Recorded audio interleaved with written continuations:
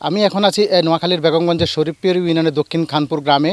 ঠিক এই গ্রামে গতকাল রাতে একটি নির্মম হত্যাকাণ্ড ঘটনা ঘটেছিল।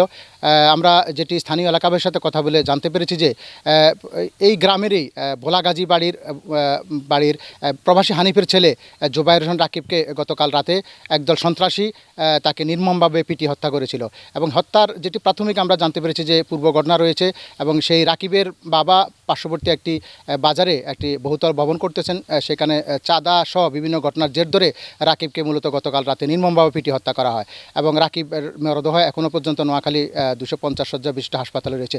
মূলত এই হত্যাকাণ্ডের ঘটনার জের ধরে এই দক্ষিণ শরীফপুরের যে খানপুর গ্রাম, সেই গ্রামে 12টা থেকে 1টার মধ্যেই প্রায় 10 থেকে 15টি বাড়িঘরে আগুন দিয়েছে মূলত রাকিবের স্বজন এবং তার গ্রামের, অর্থাৎ তার যে বাড়ি রয়েছে আশেপাশের লোকজন বিক্ষুব্ধ হয়ে তারা একেবারে বাজারের পাশের যে বাড়িঘর রয়েছে তারা বাড়িঘরে বেশ কয়েকটি বাড়িঘর বলতে 12 থেকে 15টি বাড়িঘর হবে তারা আগুন দিয়েছেন।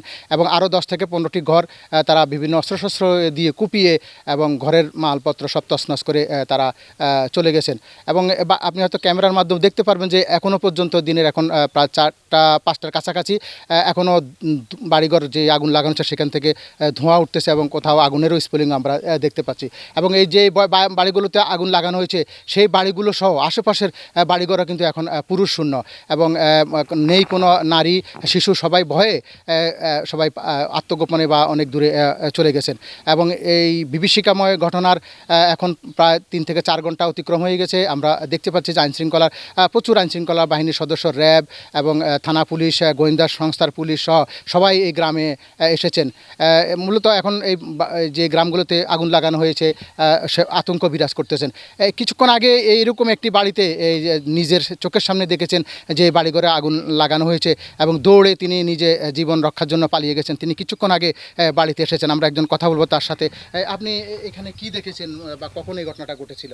এই 12টা 1টার দিকে দিয়ে ঘর দুয়ার হাড়ের আগুন লাগাই দিচ্ছে। টাইমে আমরা তো হলাই গেছি, ডরে হলাই গেছি আর কাইট তে অন পুলিশে কইছে তো অন আইসি ঘরে দুয়ারে হান্দাইছি দিন অন বয়ে কই রাখতে থাকতেন না। ইয়েন আশ্বাস্ত দেয়ার হিয়েনও আশ্বাস্ত দেয়ার ঘর আবার ওই ইয়েন বায়ুর ঘর জ্বালা লাইছে, ওই ইয়েন কোবাই কাবাই চলে গেছে। অন বয়ে আইসিও অন আবার কই চলে যাম বেগুন হলাই গেছে কোন।